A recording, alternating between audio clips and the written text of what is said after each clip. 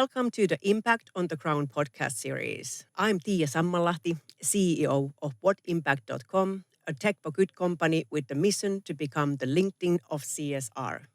In this podcast series, we'll dig deeper into what it takes to make an impactful change in our society.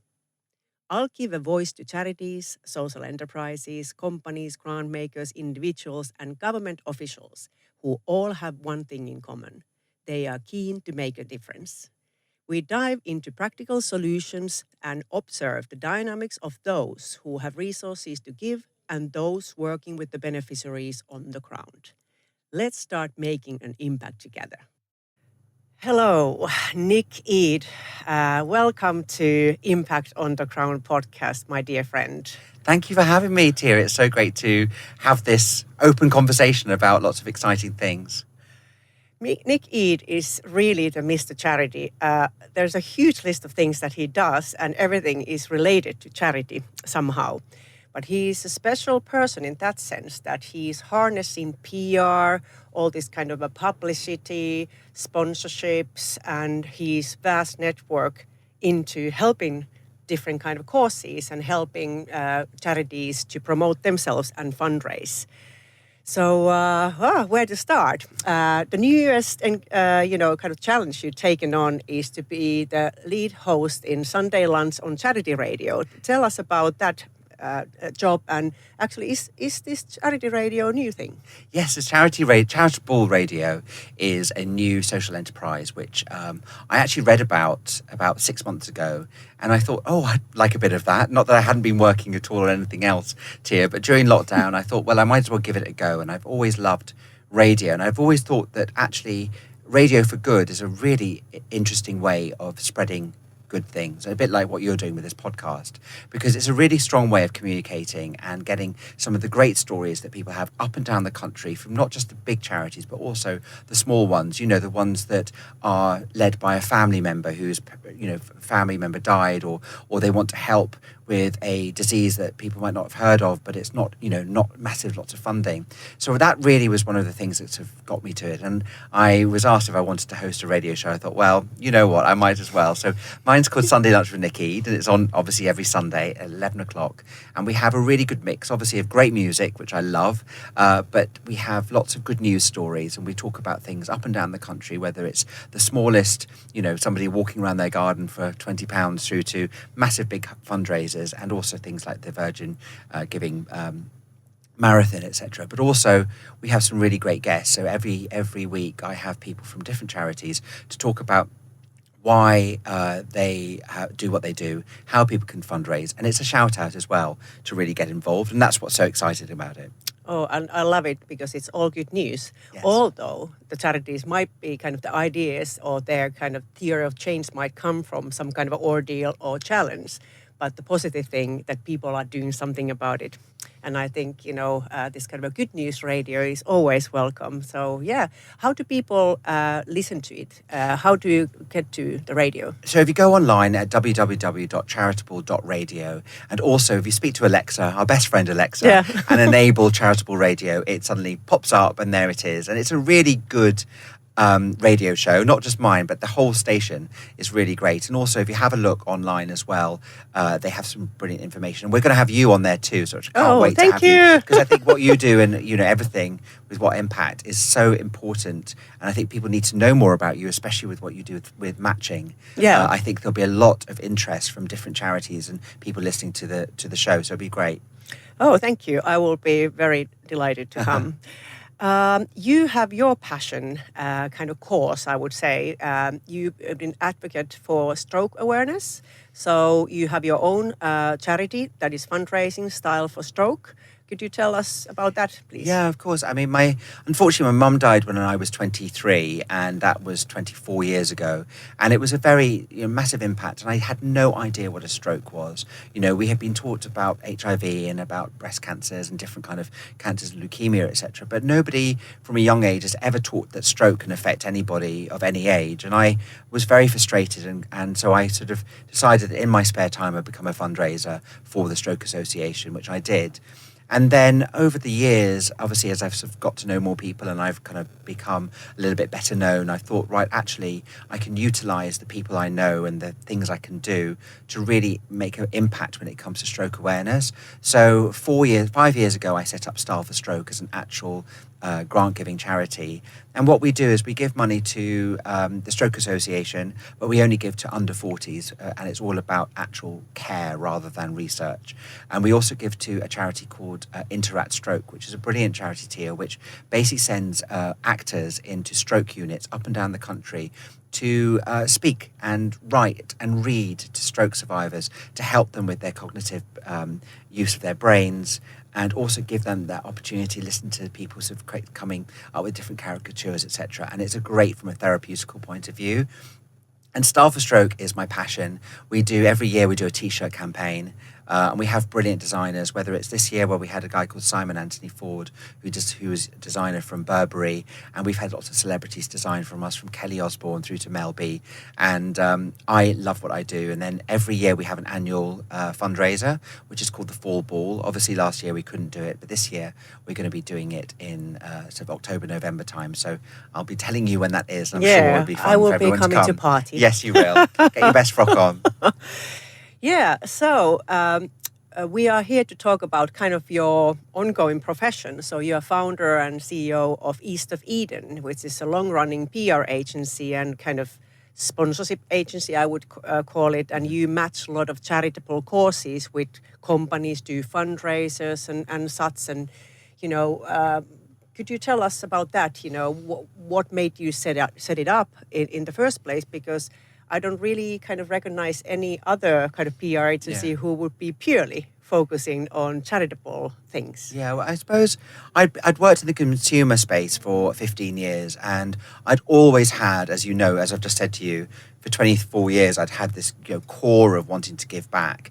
And I felt that CSR was becoming a really big thing, and that's corporate social responsibility. And also, I felt that there was an opportunity to match, as you said, businesses with charities, and look at how you can piggyback off the two. Celebrities support lots of different charities, and brands want celebrity support. So there's a way of balancing that out. That might not necessarily be through sponsorship, but the value comes in what the business has and what the charity has and what the talent has. So the idea is to marry sort of the three together, and also to work in a really strategic way.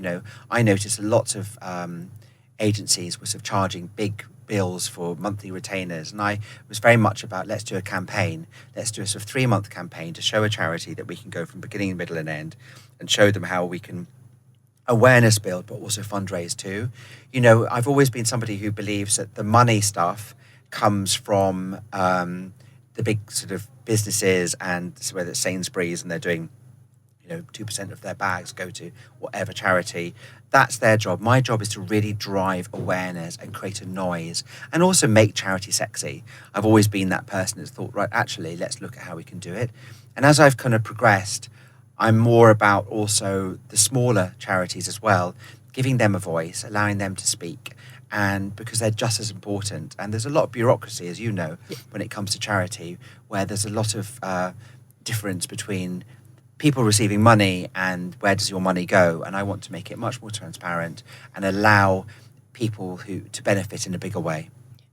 Yeah, and as I think your point here is that you are focusing on the most impactful charities, different kind of charities who maybe we haven't heard of because of lack of awareness. And that's exactly what whatimpact.com is about as well. That if you don't have the charity shops on the high street and you kind of get that awareness, there are quite little ways with small budgets to become known. Mm-hmm. And it's very important that these niche causes and also local charities get the awareness. And I think it's amazing that there are services which could be affordable for them as well. Let's talk about this kind of advocacy, kind of the celebrities, sports people, even companies who, have a good reputation, whether it's kind of local reputation or whether it's nationwide or international, reputation. What can these so-called funders or sponsors, what else can they do for charities other than giving money with their kind of brand awareness? Well, it's all about leveraging, really. It's also utilizing, as you say, the brand themselves. And it's not just about, writing a check. It's about actually utilizing maybe their communications to their staff internally, utilizing the fact that they've got lots of advertising space potentially that they use up and down the country or digitally or on television, and looking at how they can potentially partner with a charity and promote them through that. So, for instance, I work with a company called Miramar, which is a media bartering agency. And what's great about them is that they have media that's available that they sell to different advertisers. But there's potential when there's leftover, they give that to charities. So, for instance, suddenly I get a full-page advert in the Telegraph or the Metro for Style for Stroke, which I could never afford to buy myself. But because it's distressed inventory in an advertiser's eyes, it's actually valuable inventory for me. And I think it's for businesses and charities to talk to each other, to work out how they can benefit each other. One of the first things I ever did was go to all the shows in the West End of London and say to them, give me one night, a preview that you'll normally give for free anyway, and let me fill this up with people buying tickets, but give me all that money to a charity. And in one night you can make £50,000 for a charity. The show's full. The performers who are potentially performing usually to a half house because it's a preview have got a full house of people loving it. You've got some celebrities there who are Instagramming it and tweeting it, and it's all for a good cause. So to me, that's a win-win. And that's kind of has always been my approach, is to show people in a simple way that one act can do lots of good for lots of people. Yeah, and I guess like you were explaining, that it's really like a case of the shared value in that everybody gets value. And of course, if, let's say, companies or whether they are theaters or somebody's contributing something, it's totally okay for them to benefit from it. Yeah. It doesn't have to be hidden philanthropy and then you're somehow more gracious, organization.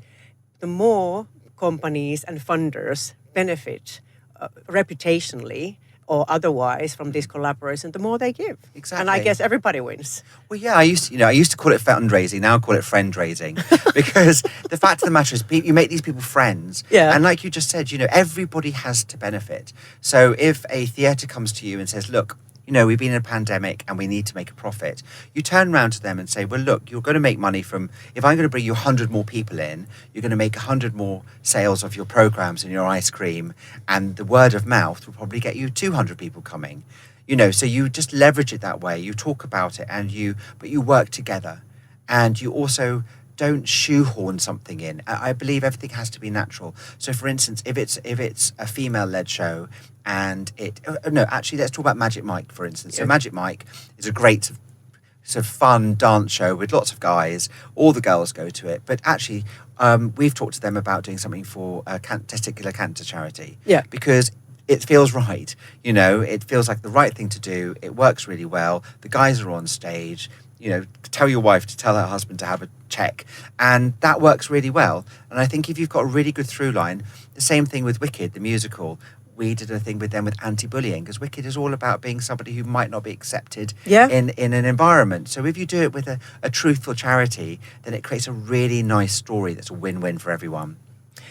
Yeah, definitely. I think it's like a strategic partnership in that sense, that you're sharing also, some kind of mission, some kind of a common philosophy, and then it becomes very beneficial for each party. So it's not just artificially built and connected, like here, these examples, what you told, are amazing. And I think also in like a company side, when they are thinking strategically that what are the kind of the cause, what is the difference we want to make, what is the message we want to send to our stakeholders when we are doing any charitable, collaboration, they should really think with open-minded, what's in the company that they would like to address, whether it comes from the staff, whether it's related to their industry, whether it's some kind of a local, kind of aspect, some kind of challenge that they want to solve. And I believe, there might be very powerful collaborations at hand if you really think strategically and then start finding the partners. Mm-hmm. Yeah. I think that's what's great about What Impact, though, because what you've done is you've created a service that allows people to look, as you just said, locally, and look at how they can match, but also then nationally as well, and look at where their impact could go and who can match with who. And I think there hasn't been that sort of service before, and something which is so easy to use and has got so much information in it which is easily digestible, and that's what people need. So that's what's great about what you're doing, and I think that's moving forward. Hopefully lots of different brands and also businesses and fund givers will be able to use your service to find the right match for them. Yeah, thank you. Yeah, we are hoping too, and we are having amazing companies landing to our website every week. And I think the beauty is also that we give power to charities and social enterprises, that companies can make very specific offers with money or skills packages, services, products, whether it's shampoo bottles or whatever it is that you have in your storage. And then charities and social enterprises can apply to those resources what they actually need. Mm-hmm. As we both know that, charities are, they are run by lovely people. And sometimes when companies contact them, they might be kind of welcoming resources that they don't actually need because they don't want to say no. Yeah. And we have statistics that 50% of charities have taken volunteers they didn't need or want because they didn't want to turn away, company because they thought that, oh my God, maybe we then turn away something else maybe in the future. And, I think, like you mentioned, that it's all about communication, understanding each other. And that's what we are trying to achieve as a brand. And even with this podcast series, that there is an open discussion. Are our values matching? Yeah. And what resources the resource giver has and what does the charity actually need? Open conversation. If there is no match, then it's better to move forward, on and then maybe find another partner. But if there is a match, let's discuss and see what resources, could be then distributed. But I'm very interested about a little bit more about the celebrity, aspect, or if somebody has a really good reputation. You said that it can be very powerful for charity. So how does it then work? I mean, well, I think one of the best examples during the pandemic was Marcus Rashford, who obviously is a very well-known, famous footballer, but also, he decided he would talk about food poverty and in schools and everywhere. And he basically harnessed that and made it into something that everybody up and down the country was aware of. And so he used his social media, he used his platform, and he used it in a non-patronizing way as somebody who is now a superstar earning a lot of money, but who came from a family who had to have sort of food banks he had to go to. And what his kind of celebrity and his voice has done is not just have an impact on the charity that he supports, but also other ones have opened up. The government then talked about it. It then became something that was talked about in the House of Parliament. And it became something that actually everybody up and down the country was aware of. And strategic changes were made. And that to me is the best sort of way of harnessing celebrity. Again, if you look at something like, I'm just about to say, I can't remember his name actually. If you look at some of the big, there's a puppy farming charity at the moment who talks about that. And again, during the pandemic, a lot of people were buying dogs and then leaving the dogs. It was a big issue. Yeah. And, although you might think, oh, well, it's only a dog, a dog is a massive part of most people's lives. So to get that again in front of Parliament, to stop this kind of behaviour, and using celebrity like people like Ricky Gervais, who have got big voices, who are also extremely passionate and honest about what they do, then I think that becomes really credible. And that's my main thing. You've got to be honest about it. Yeah. There are lots of celebrities that we see will just jump on a cause, and you kind of think cynically, they've just either been asked to do it or it's part of their kind of remit. Whereas there are lots of other celebrities who are extremely passionate. And obviously I work a lot with Eva Longoria, the actress and activist, and she really is an activist. She is somebody who deeply believes in education and education for women, and she is very, very passionate about that and passionate about change, especially for Latina women, of course, because she is herself. But she wants everybody to have as much opportunity as possible. And so when you hear something from somebody like that, who has a massive global platform and can use it in a strong way, then it becomes so there's no currency you can place on it, because it really is the most perfect value. Yeah, and I think even many companies can consider themselves, kind of very good advocates. Maybe they are not celebrities as us, but but they, like you said, that they have lots of staff. Some companies are very big. If they start to talk about something, even their staff can be 10,000 or 5,000 or 1,500. That those people are already an audience, but also then many companies don't probably realize that if they take a stand on one kind of topic, they can spread the message not only the employees but also other companies, whole of their subcontractor chain.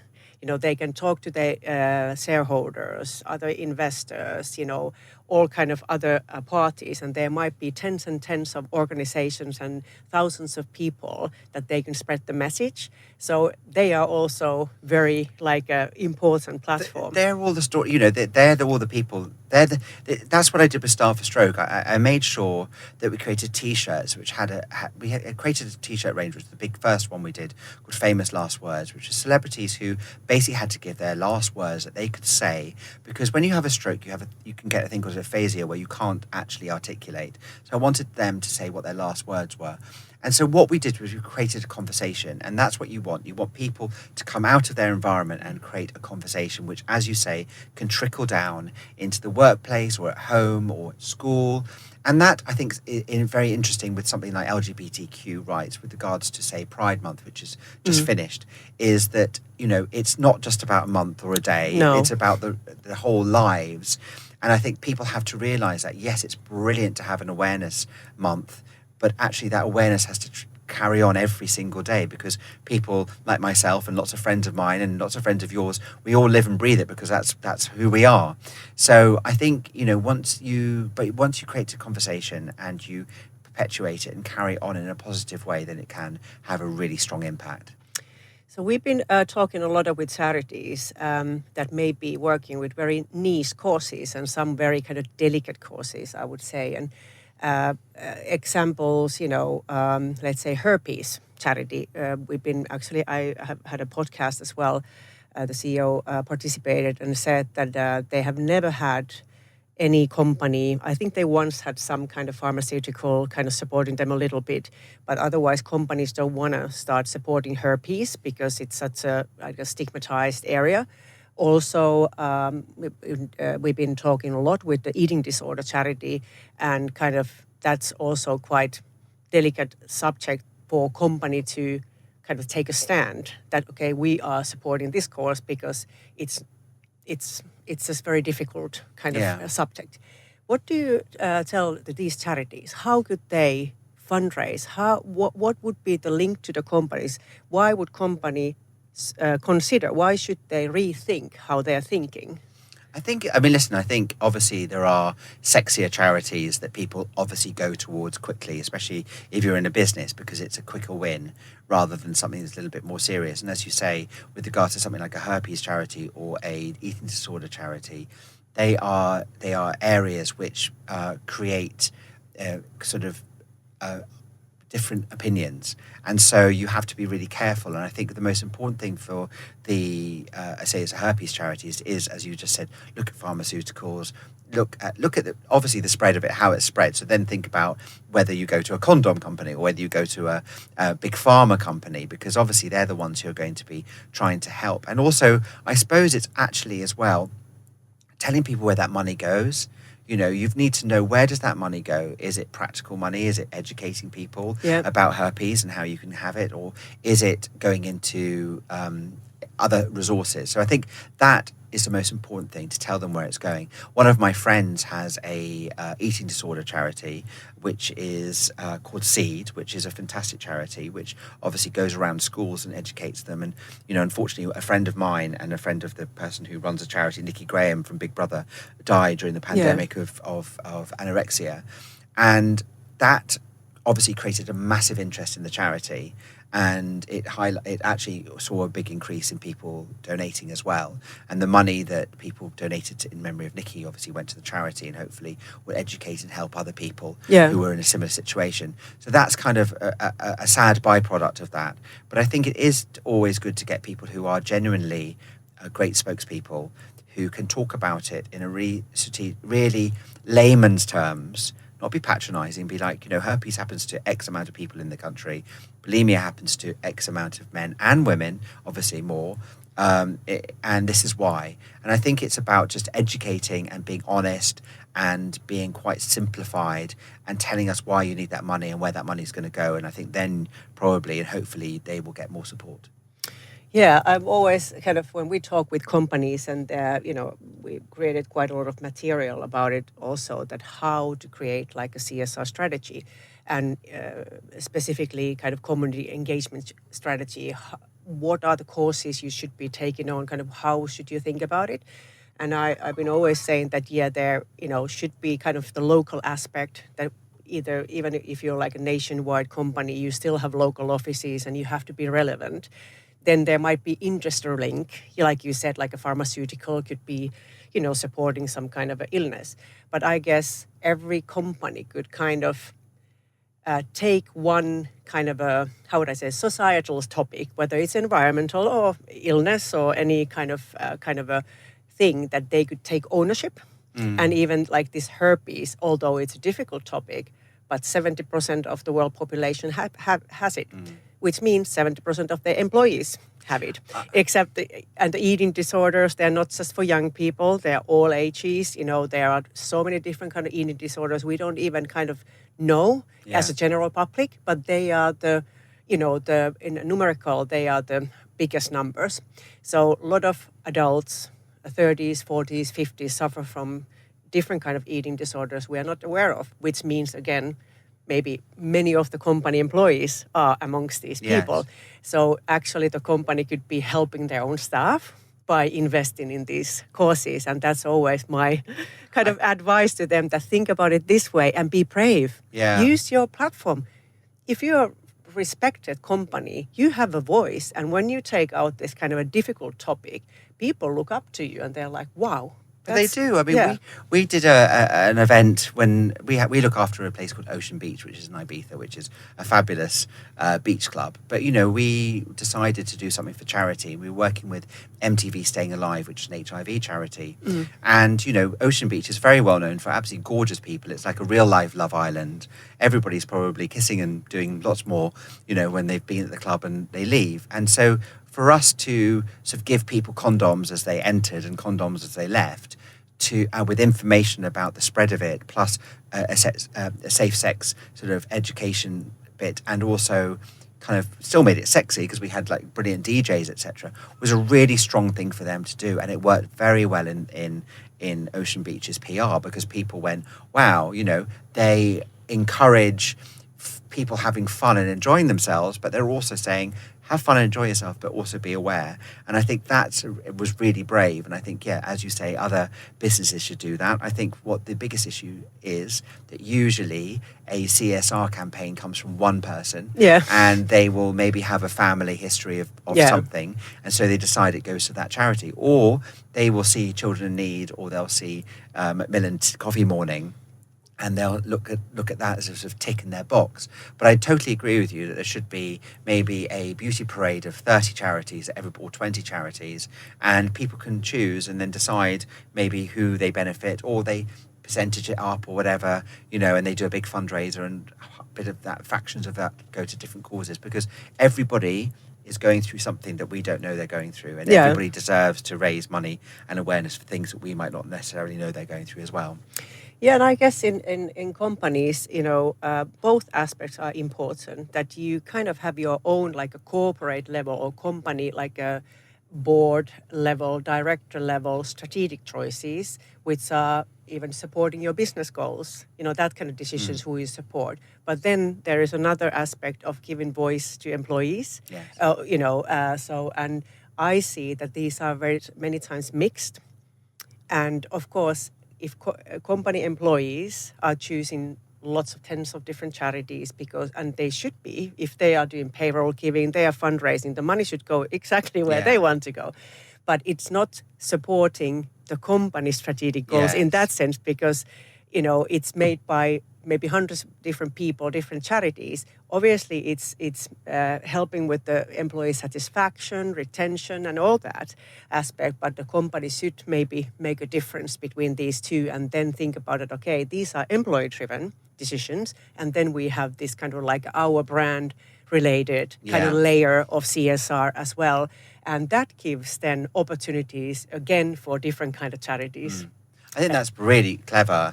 I think the issue is, unfortunately, the time and who's doing it and who's going to actually strategically do that and help people in it. Because I think the biggest problem with lots of the big businesses are that they kind of do their thing and then they have other stuff to do, as we know. Yeah. You know, my big thing is that I call everybody I call myself an everyday philanthropist. That's how I see you. You know, we think about good things all the time, and we're not doing it. I'm not doing it in a woke fashion. I'm not doing it like a savior point of view. I'm just thinking actually that could impact me and actually impact other people, and it's really simple.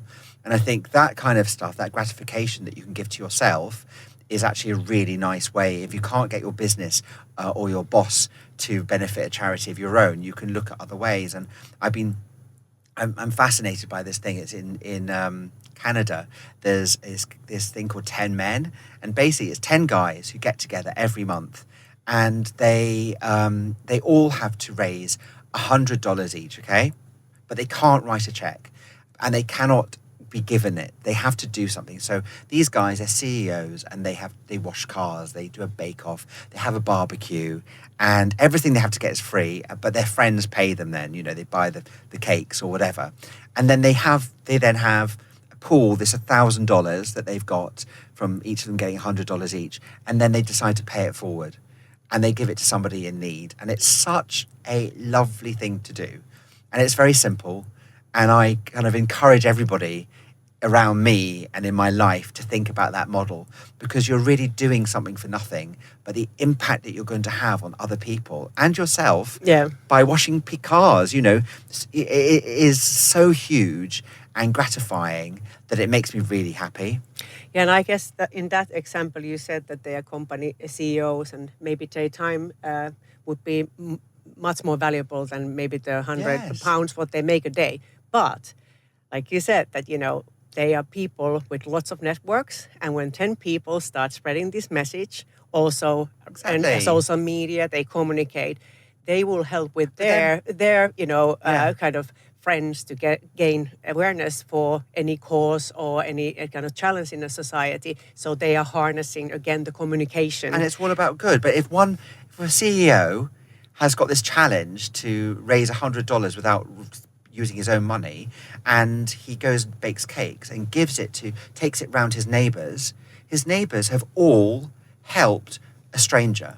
Yeah. They've all helped someone, and it's such a lovely feeling because they all feel they're part of a community, and it spreads that story. And that's why I think that, to me, is kind of the way that I now live my life, and I think about everything in that respect. Yeah. Well, it's the truth that, you know, we are all, like, as humans, everybody just gets so much benefits from doing good. And also, you know, in companies, you know, every single person who is working for the company wants things to happen, you know. And of course, then the decisions might be made by a few people, like you mentioned, on the name of the company. But everybody within the company is, you know, should be made proud of, you know, whatever the company contribution is, even if they themselves didn't participate. Actually, there has been studies done in the United States where they measured the satisfaction, like job satisfaction, and how proud people were about volunteering within the organization. And the results came back that those people who volunteered and who didn't participate but knew what other people had been done, they were as happy. Because even those people who didn't participate or volunteer themselves, they were still proud of the company and the achievements what their peers made. And then they got the satisfaction from their job, you know, kind of, and kind of the fact that the company had been contributing as such. And I thought it was quite funny that we humans are funny creatures that, you know... you get gratified by osmosis. Yes. So, yeah. I think that's quite good. Anyway, thank you so much, Nick. It's been lovely to chat, and I will be visiting your show soon, one Sunday lunch, yeah. So, if people want to reach you, where can they reach you? Maybe on LinkedIn Yeah, they or can look at me on LinkedIn. Obviously, it's Nick Eade, or my Instagram is Nick Eade. And if you have a look at my website, which is www.eastofedenpr.com, you can see everything that we do. But thank you so much, Tia, thank for you having so me. much. Okay, see you See you soon. soon. Thank you. Bye. So, thank you for tuning into What Impact on the Crown podcast. It's been great to have you with us. I'm Tiia Sammanlahti, CEO of whatimpact.com, a tech for good company with the mission to become the LinkedIn of CSR. Whether you are a company with resources to give, or a charity or social enterprise looking for resources to make an impact, check out our platform and start your free trial now. Let's make a difference together.